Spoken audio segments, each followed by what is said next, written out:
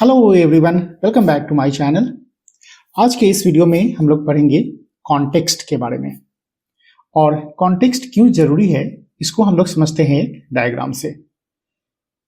और हमारे पास ये है एक डायग्राम, और इस डायग्राम के अंदर में ये जितने भी आपको दिख रहा है रेक्टेंगुलर शेप में, वो सारे हमारे कंपोनेंट्स हैं, right.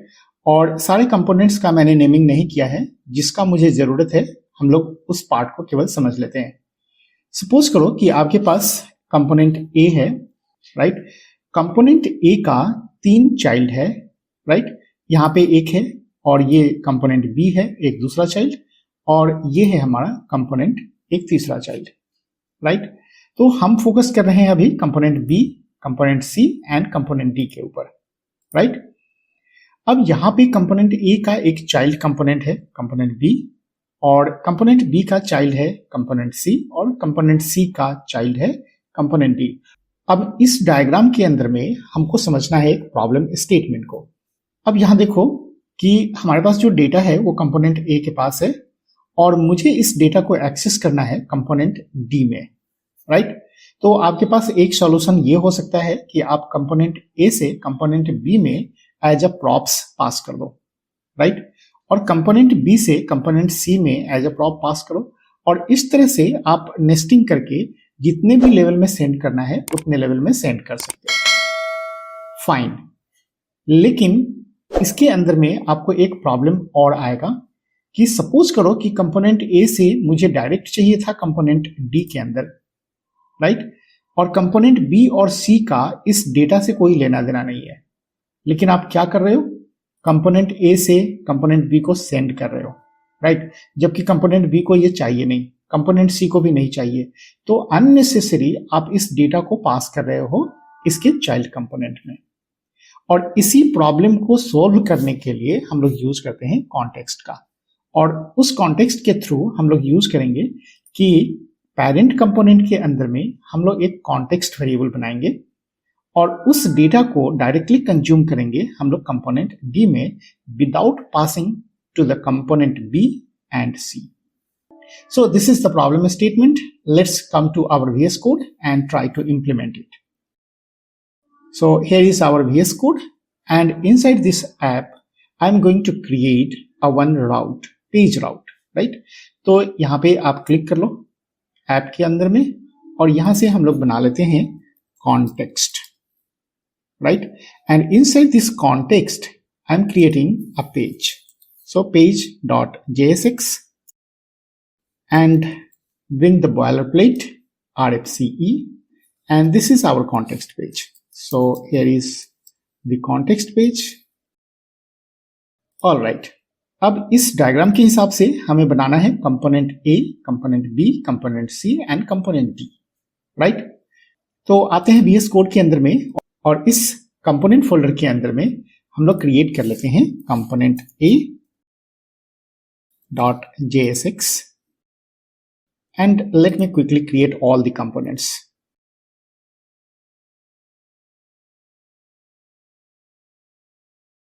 All right, so we have created the 4 components, and let me write the boilerplate inside all the components. All right, so we have created all the boilerplate for all the components, and inside this page I want to use the component A. तो यहाँ से context page को हम लोग remove कर लेते हैं और import कर लेते हैं component A को, right? So here is our component A, and make sure that this component is imported in your file. All right, so let's come to our browser and check whether it is working or not. तो यहाँ पे हमारे पास है localhost and then /context, ये हमारा page राउट है। Context यहाँ पे आ गया हमारे पास कंपोनेंट ए, और मैं इसको थोड़ा सा सेट कर लेता हूं पेज को। So using the Tailwind CSS,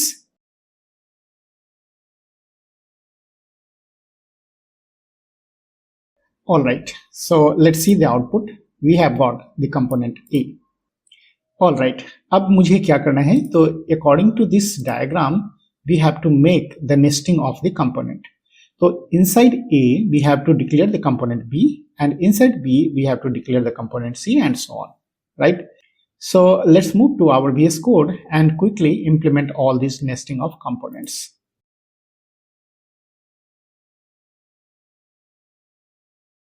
And inside the component B, we have to implement the component C. And inside the component C, we have to implement the component D. All right. So all the component has been implemented. Now come to the page.jsx, and here we will declare the context. अब यहाँ पे context बनाने के लिए आप क्या करोगे, तो हम लोग कर लेते हैं const data context, and data context के लिए क्या करेंगे, तो react dot create context, right. और ये डेटा कॉन्टेक्स्ट मुझे दूसरे कंपोनेंट में चाहिए होगा, तो दूसरे कंपोनेंट में यूज करने के लिए यहाँ पे हमें एक्सपोर्ट भी करना पड़ेगा, राइट। और अब हमारे पास देखो कि आप डायग्राम के हिसाब से अगर समझो तो कंपोनेंट ए के पास डेटा होगा और इसके थ्रू हम लोग पास करेंगे, इसके जितने भी चाइल्ड होंगे वो सारे चाइल्ड इसको एक्सेस कर पाए, राइट। लेकिन विदाउट किसी भी कंपोनेंट को एज अ प्रॉप्स पास किए हुए, राइट। तो मैं चलता हूं यहाँ पे और इससे कंपोनेंट ए को सराउंड कर देंगे हम लोग किसके अंदर में, तो हमने जो अभी बनाया है डेटा कॉन्टेक्स्ट उसके अंदर। तो यहाँ पे हम लोग यूज कर लेंगे data context and dot provider, and inside this provider we have to include this component A. अब देखो कि कंपोनेंट ए हमारे डेटा कॉन्टेक्स्ट प्रोवाइडर के अंदर में है, तो कंपोनेंट ए का जितना भी चाइल्ड होगा वो सारे चाइल्ड इसके द्वारा पास किए हुए वैल्यू को एक्सेस कर पाएगा, राइट। तो मैं यहाँ पे कौन सा वैल्यू पास कर सकता हूँ, तो यहाँ पे मैं डाल देता हूँ कि यहाँ से पास करना है मुझे value, and that value will be our 2300, right.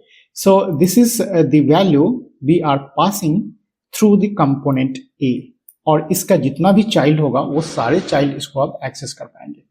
Now this part is over, and let's come to the other components where we have to consume this value. तो यहाँ पे जो हम लोगों ने यूज किया डेटा कॉन्टेक्स्ट को एज अ प्रोवाइडर पास किया, राइट। और जहां पे मुझे यूज करना पड़ेगा वहां पे मुझे कंज्यूम करना पड़ेगा, राइट।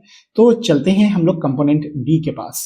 देखो डायरेक्टली हम लोग आ जाते हैं कंपोनेंट डी में, और यहाँ पे हम लोग उस डेटा को कंज्यूम करना चाहते हैं, राइट।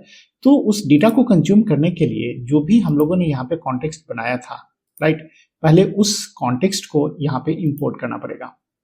तो मैं यहाँ पे कर लेता हूँ import, and here is our data context from page.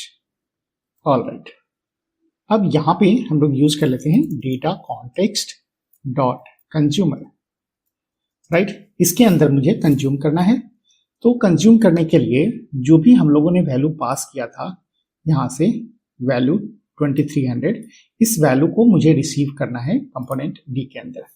तो एज अ पैरामीटर आप यहाँ पे रिसीव कर सकते हो कि ये मेरा डेटा है और इस डेटा को मुझे यहाँ पे रेंडर करना है। So just have to return, और रिटर्न क्या करना है, इस डेटा को यहाँ पे हम लोग प्रिंट कर लेते हैं। So here is our data, and let's come to our browser and check whether it is printed और not. So here is our context page. So here we are getting the error use client. आपको मालूम है कि use client क्यों error आया है, क्योंकि मुझे इसे क्लाइंट कंपोनेंट क्रिएट करना था, राइट। तो हम लोग आ जाते हैं इस पेज के ऊपर में, और यहाँ पे हम लोग यूज कर लेते हैं यूज क्लाइंट डायरेक्टिव। सो यहाँ पे हमारे पास हो जाएगा use client, and here it is a component D, and also we have to use the use client.